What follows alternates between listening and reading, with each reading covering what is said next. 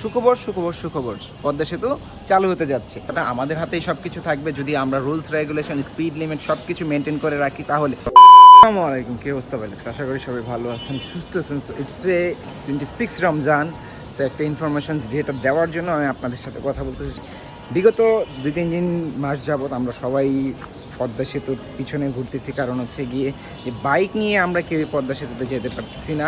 সেটার জন্য অবভিয়াসলি একটা খুশির সংবাদ হচ্ছে আগামী 20 এপ্রিল থেকে পদ্মা সেতুতে আমরা বাইক নিয়ে চলাচল করতে পারবো, বাট সেটা সীমিত সময়ের জন্য, শুধুমাত্র ঈদ উপলক্ষে। সেইখানে একটা জিনিস আপনাদের খেয়াল রাখতে হবে, ঈদের পরবর্তীতে আমরা যদি চাই সেই বিষয়টাকে ধরে রাখার জন্য সেটা পুরোপুরি আমাদের হাতে। কেন আমাদের হাতে সেটা আমি আপনাদেরকে বলি।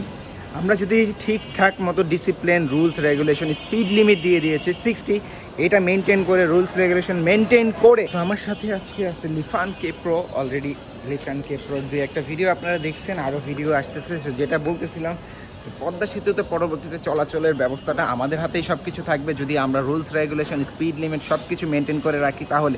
সো আজকে কিন্তু অবভিয়াসলি 2টার দিকে নিউজে আমরা দেখতে পারছি যে আমাদের যে এমপি সাহেব আছেন ওবায়দুল কাদের, সো উনি কিন্তু অলরেডি বলে দিয়েছেন যে আমরা 20 এপ্রিল হইতে পদ্মা সেতুতে যাতায়াত করতে পারবো। সার্ভিস লেন যেটা আছে সেই লেনে, এবং স্পিড লিমিট দেওয়া থাকবে 60।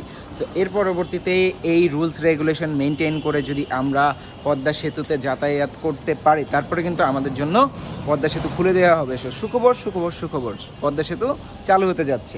তো এটা বাইকারদের জন্য একটা খুশির সংবাদ। সেই সাথে আরও একটা জিনিস আমাদের মেনটেন করতে হবে, কিছু মেনে শুনে দেখে বুঝে শুনে তারপরে আমাদের পদ্মা সেতুতে রাইড করতে হবে, যেটা নাকি আমার সবার কাছে অনুরোধ থাকবে। অবশ্যই আমরা চেষ্টা করব যে রুলস রেগুলেশন সবগুলো আমরা মেনটেন করে জেনে শুনে বুঝে তারপরে বাইক রাইড করব।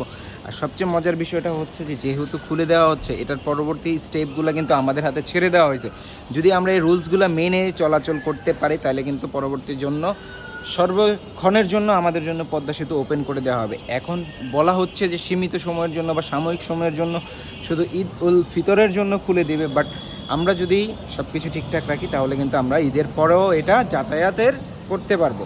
এইবারের মতো প্রথম রমজান মাসে এত গরম যাচ্ছে, অবশ্যই ইফতারির পর সবাই বডিকে হাইড্রেট রাখতে বেশি বেশি পানি জাতীয় খাবার খাবেন, আর সব সময় খেয়াল রাখবেন যেন আপনার বডিটা স্মুথ থাকে, ডিহাইড্রেট না হয়। তো যাই হোক, যেই কথায় আসতেছিলাম, যারা আমরা দক্ষিণাঞ্চলে বাড়িতে যাব অবশ্যই খেয়াল রাখবো, আমরা বাইকে যারা যাব এই রুলসগুলো মেনে চলবো। আমি আবার বলে দিচ্ছি, পদ্মা সেতুর সার্ভিস লেন দিয়ে আমাদের চলাচল করতে হবে, স্পিড লিমিট থাকবে 60, এবং অবশ্যই একজন রাইডার এবং একজন পিলিয়ন, দুইজনেরই হেলমেট থাকতে হবে, এবং পরবর্তী স্টেপ পরবর্তী ডিসিশন না জানানো পর্যন্ত পদ্মা সেতুটা খোলা রাখবে। আর অবশ্যই আমরা যদি এটা মেনে নিয়ে চলতে পারি তাহলে আমাদের জন্য ওপেন করে দেওয়া হবে। সো অবশ্যই সবাই মেনটেন করবেন, আর সবাই ভালো থাকবেন, সুস্থ থাকবেন, ফুল ফেস হেলমেট করে রাইড করবেন। Rider ride safe. আসসালামু আলাইকুম।